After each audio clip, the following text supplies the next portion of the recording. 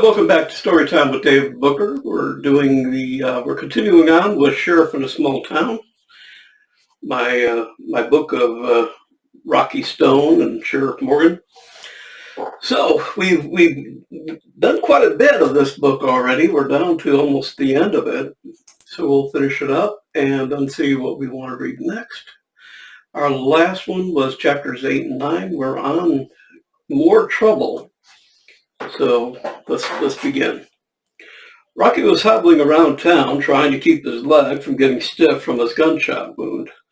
The wound in his arm made using the cane difficult, but he wasn't the type to sit quietly. He needed activity, so was doing his regular walk around town, ensuring things were quiet. Morgan was holding down the station and would meet him for lunch with Agnes at the hot dog hut. As Rocky walked around, he was grateful that the town had a lot of benches. Winding his way, he reached the outskirts of town, and passing the old jail, he paused and looked at the empty edifice. There had been talk about turning it into apartments or a senior center. Both ideas had been shut down by the Civic Council. There was too much history within its walls and very little of it good, so it was being renovated into the Historical Society and Museum. Suppressing a shiver, he walked the remaining few blocks to the hot dog hut. Sheriff Morgan and Agnes were already waiting and had placed their order. Rocky placed his and joined his wife and father-in-law. Been nice and quiet, thankfully. After last week, I'm more than a little glad of it. Agnes agreed and hoped it stayed that way for a long time. Morgan, surprisingly, was all for a little more action. Dad, how can you say that? Don't you think we've had enough? Said, it's a funny thing, but after all the years I've been sheriff here, that was the first real trouble this town has ever had. I hate to say it, but it was kind of exciting. Calling in the federal agents and working out a plan of attack, Rocky up in a tree, working cover, shook his head as memories came back. It finally felt like I was earning my paycheck. Rocky stared unbelieving, incredulous at what he was hearing. This was coming from a man who was used to a quiet town and seemed to want it that way. Here he was looking for another fight. Sheriff, you more than earned it by keeping the town quiet. Morgan shrugged and continued eating. Agnes was having a Polish sausage and sauerkraut sandwich and seemed to be concentrating on her food when she dropped it on the plate and covered her face with her hands. Tears leaked out from closed fingers. Dad, Rocky, stop talking like this.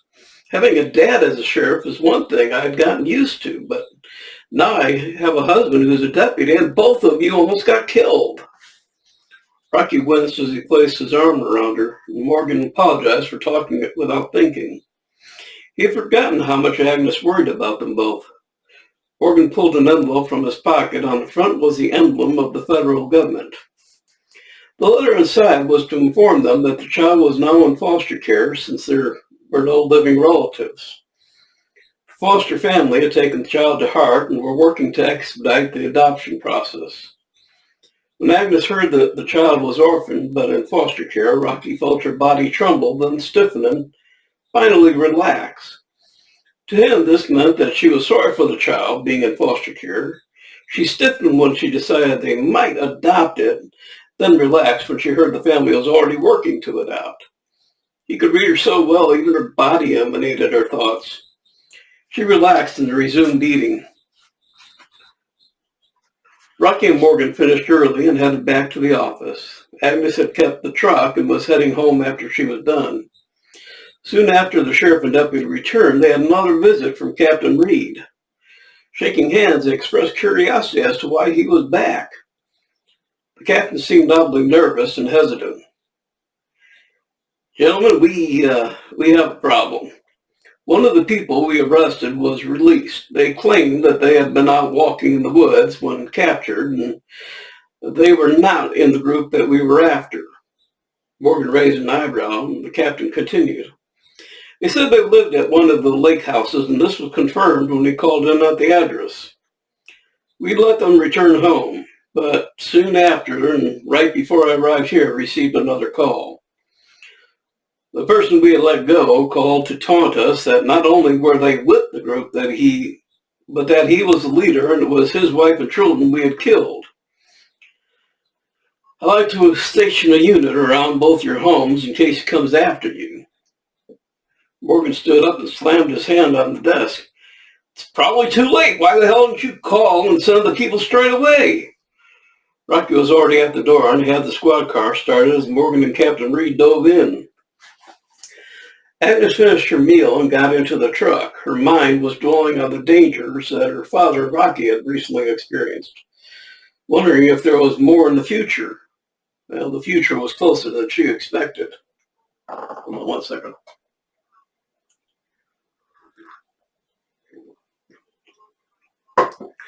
Arriving home, she parked the truck and got out the keys for the house.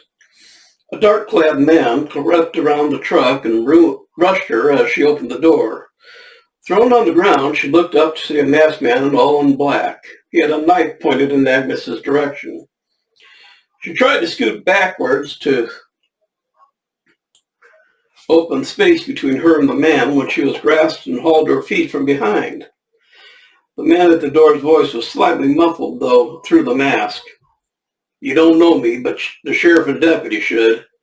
They're going to pay for killing my wife and kids. You'll be the payment. The man behind tightened his grip on her. She was tempted to sweep him, but 2 against 1? She didn't feel confident enough to try anything. She was about to speak when the man by the door slapped some tape over her mouth. Nothing you can say is going to change the outcome, so keep your trap shut. You'll stay alive until they get here. I want them to see you die. He peered out the curtains and saw in the distance a squad car approaching. The captain was going to make his way towards the rear, but was forestalled by a voice from inside the house. You can all stay where you are so as I can see you. I got your daughter in here, Sheriff. You forfeited her when you killed my family. He motioned for the man holding Agnes to force her out first. He followed, keeping her as a shield. All 3 men drew their guns. Go ahead and shoot. I've got nothing to live for, and neither does my nephew. Shoot! But you have to shoot through her to get to me. He poised his knife against Agnes's neck, held high and at an angle, ready in a moment to plunge it into her neck. Agnes felt the tiniest prick and felt a small amount of blood trickle down. The look on her face was eloquent. Silently, she was begging them to do something. Rocky had one hand aiming, but the other was low to his side. He turned his eyes downward, and Agnes, taking the hint, looked down at his hand. He made a very small motion of the palm and fingers going downwards. Agnes groaned as if everything was more than she could bear. She dropped like a stone as if she had fainted, exposing the 2 men. Shots rained from the 3 simultaneously. The nephew dropped first and lay over Agnes. The man behind him was wearing a bulletproof vest and staggered but remained standing. A bullet had penetrated his shoulder, but that was not going to stop him. He pulled his elbow backwards to plunge the long knife down through his nephew into Agnes. He never made it to Agnes. The knife penetrated his nephew, who let out a gasp. He had hit a bone and was trying to maneuver the knife around and down when Rocky, with careful aim, produced a headshot. The man fell backwards, landing on the screen door, ripping it as he fell through onto the living room floor. Captain Reed was first in and found the man still alive. Morgan lifted the nephew off Agnes, and Rocky gathered her into his arms. She laid in a lawn chair when Rocky went in for something to make removing the tape easier. Captain Reed radioed for an ambulance and provided first aid to the man. Sheriff Morgan ripped off the man's mask to reveal a face he knew all too well. Dick Carruthers had been a thorn in the sheriff's side for a long time. His list of misdemeanors was a long one: shoplifting, vagrancy, bad checks, disturbing the peace, and more. Somehow he'd always had money to pay bail. Morgan was pretty sure that there would be no bail on Dick this time, and if he lived, he'd be in jail or the electric chair. Dick never made it down the stairs alive. He died as the ambulance arrived, and he was being loaded into it. His nephew died a few moments before him. Working carefully with a Q-tip and rubbing alcohol, Rocky got the wide tape off. Agnes immediately startled Rocky by jumping up, going into the kitchen, and starting to prepare dinner. As soon as they had taken care of everything, Morgan and Captain Reed returned. Agnes was bustling about, preparing salad and telling Rocky not to interfere. He could sense her tenseness and her desire to make things normal again. She picked up a knife to cut tomatoes and suddenly dropped it on the cutting board. She collapsed onto the floor, curled up and bawling, unable to control herself. Her body was trembling. Agnes had always prided herself on her ability to handle situations coolly and calmly. To suddenly find herself scrabbling on the floor was insupportable. She tried to rise, but couldn't manage it. In a small recess of her mind was a piece of Agnes who was cool and trying to gain mastery over her emotions. "Get up, damn it!" Again she tried to rise, but collapsed, crying even harder for her loss of control. Rocky lay down and held her to him, holding her in his embrace. He expected this, but not as strongly as was happening. As soon as she was more like herself, Rocky walked her slowly to the truck to take her to the hospital. She collapsed twice more in the short distance from the door to the truck. Rocky picked her up and laid her in the back seat, then sped off. Morgan went to Joe's auto repair and spoke to Talbot about taking a week off and working as a temporary deputy in Rocky's place. Once it was explained why, Joe promised that Talbot was still on the payroll while he worked with Sheriff Morgan. Agnes was in the hospital for a week, and Rocky stayed right by her side. It relieved a little of his own pressures by having to take care of her. It was difficult for Agnes to accept someone looking after her. She had always been the one looking after others, and to realize she needed assistance was hard to bear. Morgan came in often to check on her, and they spoke together on the recent occurrences. In a way, it was a group therapy for them all. Pastor Martin even dropped by and suggested that Agnes take a walk around the grounds instead of lazing around in bed. It was good advice, and she took it, spending the rest of their time by the small lake, feeding ducks and enjoying the hot sunshine and cooling breezes. Okay, that's all we've got on this one. Let me see how long. Hold on a second. I'm going to pause this and see how much time we've taken here. Okay, I did the check. We're about 12 minutes in. The next one is not too long either. Maybe about the same. So let's just keep on going. And we're going to read about a new deputy in town. Talbot was enjoying the break from the auto shop and took pride in wearing a uniform again. The uniform gave him a feeling of identity and purpose. He knew where he stood and was given respect. As the week progressed, he noticed that the respect he was given was more from him being a fine mechanic and a friend to many in town than from being the deputy, although there was respect for that as well. Ever since they had arrived, he had avoided going into town. He had sent his wife instead and had only come in when necessary. Once he had gotten his position at the station, he had frequented the bar or the hot dog hut with Joe. He hadn't thought to join the church other than to go once to the pastor's group meetings with other vets. The fact that these people would treat them just as folks, one of the community, was confusing and enlightening to him. Michaela had adjusted better than he had and was more outgoing. Her friendship with Agnes led to her becoming a part of the community, someone who ministered to the sick by bringing soups and dinners. She began to go to Pastor Martin's services and sang in the choir. She kept trying to bring Talbot in, but he always had an excuse. Walking the streets, he enjoyed the warm feeling of a close-knit community. True, not everyone was welcoming, but the majority made up for the small amount of people who weren't. He was beginning to use his eyes and remember how things should be, aware of things that were out of place. It was a different way of being aware that took him back to his time in the military. His eyes were everywhere, even when looking straight ahead. Walking up Main Street, he saw a family getting out of their car. The man got out first, opening the passenger side, and as his wife slid out, they both grabbed hold of a young girl. Holding her hand, they walked together towards the diner. He greeted them with friendly courtesy. Their curtness brought him up short. He walked past and then stopped, his mind playing over the family's exit from the car. They had almost seemed to block the child from getting out until they could both grasp her hand. It hadn't seemed like the fear she would walk into the street. The child had to be at least 5 and would know better.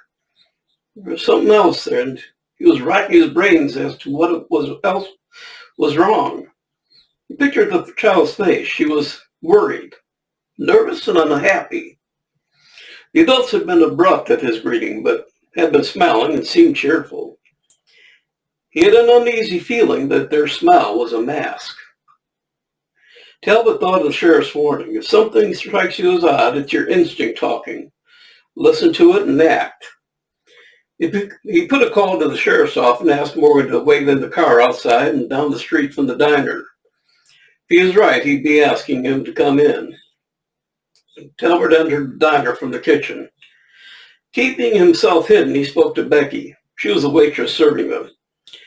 Hey, I've got a bad feeling about them too. Poor kids seem scared.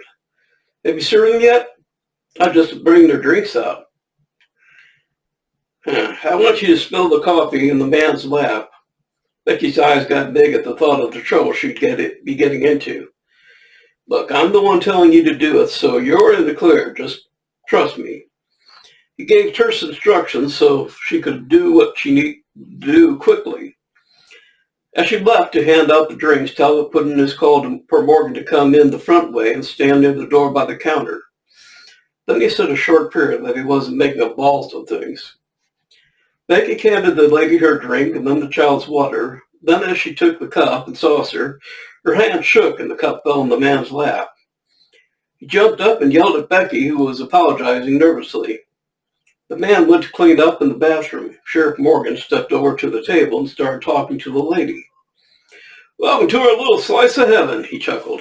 You folks staying around long? We don't have a hotel, but Jack Horner takes in people for a couple of days. If you're interested, I can give him a ring. He looked expectantly for an answer. The lady was stammering nervously as she fought her inner battle. She began by complaining about the waitress spilling their coffee. As Morgan held her attention, Becky pulled the child's eyes to the side. Mouthing the words, "Are you okay?" she waited for a response. The girl cast a wary glance at the lady who was still talking to the sheriff about the coffee incident. The girl shook her head no, and Becky formed the word bathroom, and then went to it herself. The girl made a very good act of having a desperate need, and as the woman excused herself, the girl leapt down and sped to the bathroom. Before the woman got there, Talbot was in front of the door and blocking her. Inside the bathroom in a stall, Becky was quickly getting information. No, they weren't her parents. They had picked her up while she was playing outside. She didn't know where she was and wanted to go home to her mom and dad. Becky promised she'd be back with them. She bolted the door, sat with the girl on her lap, and braced the stall door with her feet. Outside, the lady was demanding to be let in and get her daughter. Talbot was not about to let her in. Ma'am, I just want to ensure this child belongs to you. Do you have any pictures of the three of you? No pictures. Ma'am, do you have any proof that this child belongs to you? The lady raised her voice, arguing that they had no right to hold her daughter, to the point where the man came out, slamming the men's door almost off the hinges. He joined in telling Talbot he had best get out of the way and let his wife get their daughter. Talbot braced himself for a fight. Inside the stall, the girl was shaking so hard the door was vibrating. Becky held the girl's head close and covered her other ear so she couldn't hear the altercation outside. Morgan was softly approaching the couple from the rear, motioning for Talbot to keep their attention. When the man's arm rose to punch Talbot, Sheriff Morgan was ready. Grabbing the hand, he put cuffs on before the man could react. Talbot spun the woman around and had her cuffed just as fast. The sheriff and deputy escorted them into the squad car, and Morgan took them to the station while Talbot went to take care of the child. Knocking on the door, he gave the all clear. After a moment, Becky came out carrying the girl. Sorry, but she finally had to go for real, and after she heard the people had been arrested. Her name's Margaret. Talbot explained that they need to go to the station to try and get Margaret back home. Margaret was not about to release her hold on Becky, so Becky accompanied Talbot to the station. Hold on one second, I need to drink.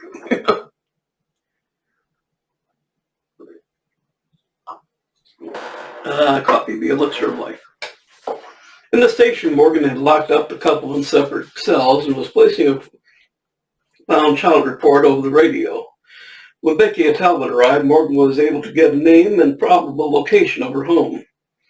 Checking the computer, they found a missing persons report. Margaret's family was 6 hours away, and within 5 minutes of making the call, they were on their way to get her. Within 10 minutes, Talbot and Morgan had filed a report with the state marshal's office to charge the couple with kidnapping. The couple continued to claim that the child wanted to be with them and that they were protecting her from abuse. The fact that the child was keeping so far away from them as possible and clinging to Becky didn't seem to support their claims. The marshal came and with a warrant and took possession of the prisoners. The lady tried to break free. "I just want to hold my baby one last time." Margaret screamed no and hid her face. Talbot placed himself between the child and the couple in such a way as to give no doubt they were not getting anywhere near her. Once all was quiet, Talbot stayed with Becky and Margaret while Morgan went and got hot dogs from the mall. Pulling assured her parents were on the way, Margaret was placed on the cot in the back office and fell asleep.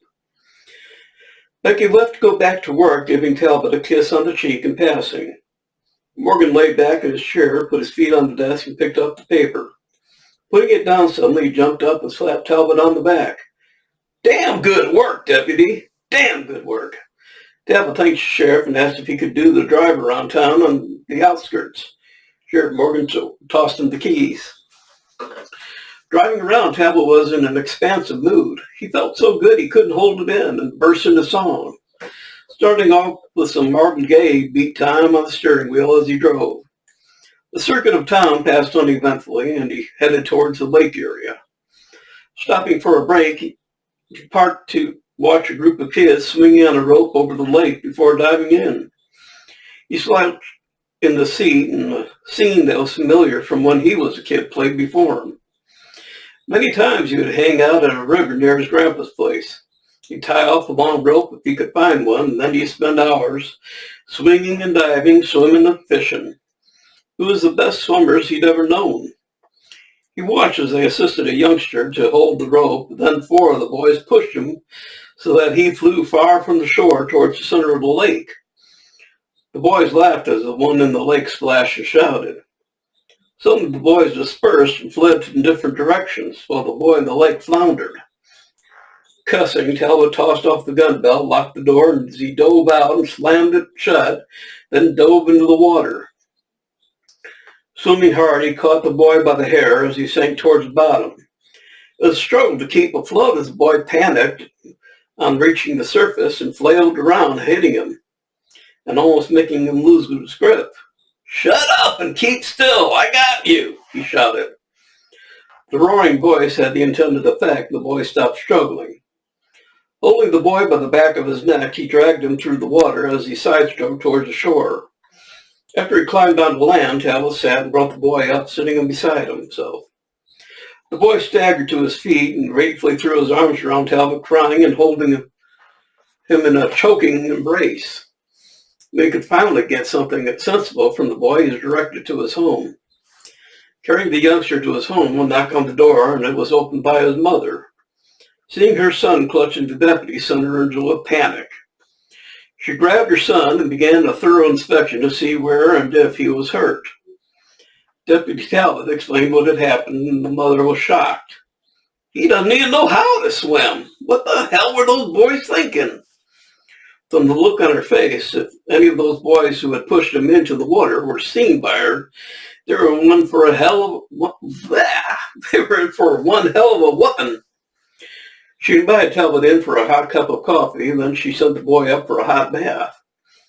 Coffee and cake to bursting point, Talbot left with grateful thanks ringing in his ears. Finishing his rounds while still wet, he pulled into the station. The rest of the week passed almost uneventfully. He did have one odd occurrence while working at night. Houston Grange, a farmer on the outskirts, rode his horse into town and had him tied off near the bar. The horse got loose and entered. A half-empty glass was on the bar near an empty seat, and the horse knocked the glass over and proceeded to lick up the contents. Well, since nobody said anything, several of the patrons brought both Houston and the horse beer. As man and horse became intoxicated, or increasingly intoxicated, it was becoming obvious that neither would be able to take the other home. A call was placed, and Talbot arrived in answer to it. It took a moment for things to register. No amount of training could have prepared him for this call. Picking up Houston, he slung him on the back of his horse and led the staggering animal back to the office.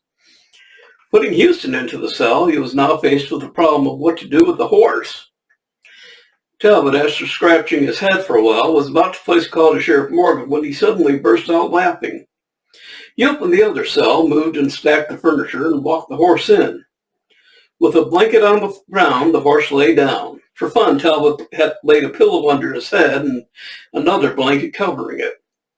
He called home and asked Michaela to come over and bring a camera. The lights were dim in the office when she arrived. As her eyes adjusted, she saw Talbot pointing to the cells. In the first, she saw Houston comfortably nestled in bed and snoring. In the next cell, she saw furniture piled and something on the ground covered in a blanket. Filled with curiosity, she walked slowly closer. When the horse snorted and belched, she realized what it was and ran back into the back room laughing. She emerged, gasping for breath and still laughing. She lit a lamp over the radio desk and made coffee. She was dying to see Sheriff's expression when he arrived for his shift and was determined to see it in person. The picture eventually made its way into the Sentinel at the sheriff's request. Well, Sunday was the ice cream social and band concert. Sheriff Morgan brought Talbot and Michaela into town. Agnes and Rocky were attending as well, since Agnes was feeling better and hearing what was going to happen. They were determined not to miss it. Morgan, Rocky, Talbot, Agnes, and Michaela all sat on a blanket enjoying the band. During breaks, Morgan was cheerfully humming a song that he had heard Talbot humming occasionally. It wasn't one Rocky or Agnes were familiar with, so they asked what it was. He shrugged and hitched a thumb in Talbot's direction. Then Talbot was humming it once in the office and once in a while on the station. He turned to Talbot, who was looking as if he was trying to find a hole to jump into. "What is this song? It's kind of catchy." Talbot turned sunburned red as he finally admitted it was Bob Marley's song. The title was "I Shot the Sheriff." After a moment of shock, they all burst into laughter. At the intermission, Morgan led Talbot and Michaela onto the stage and awarded Talbot with a life-saving medal for rescuing a drowned child. Your quick action and immediate response were instrumental in saving the young man's life. It was fortunate that you were not only there at the right place at the right time, but you kept your cool and did what was needed in an emergency. For saving one of the town's children, we award you with the Stevens Township Life-Saving Medal. He also pulled a statue out of its box and opened another metal case. With a quick eye for detail and decisive action, you also rescued a young girl and restored her to her family. For this action, you are awarded this Valor Medal, and we have received this statue from the grateful parents. He pinned the medal on Talbot's shirt and passed over a sculpture of a policeman holding a child. The placard had Margaret's name and said, "From eternally grateful parents." The square erupted in applause. Sitting back down, they listened to the rest of the band's concert. Talbot reluctantly took off the badge and handed it to Morgan. "I guess I better tell Joe I'll be at work tomorrow. Thanks for thinking of me to work with you. Well, seeing how well you've done, I'd like to call you in if the need arises again." Talbot was grinning proudly as he went to inform Joe he was free to return. Sheriff Morgan tossed the badge to Rocky. "Well, it looks like you're back on duty starting tonight." "I'm bushed." Rocky caught the badge and placed it on his shirt. Putting his arm around Agnes, he held her hand as they listened to a John Philip Sousa march. All right, so that's it for that one. We've got a few left, so we'll probably do another two for next time. We'll just keep doing them. I don't know why I did the chapter so short. But anyways, that's it for today. I hope you're having a good week and that you continue to have a good time and enjoy life. If you like these stories, let me know. Put a comment down in the comment sections. I'll be sure to reply. I look forward to seeing you again on our next reading, and you have a good day and good yourself. Bye.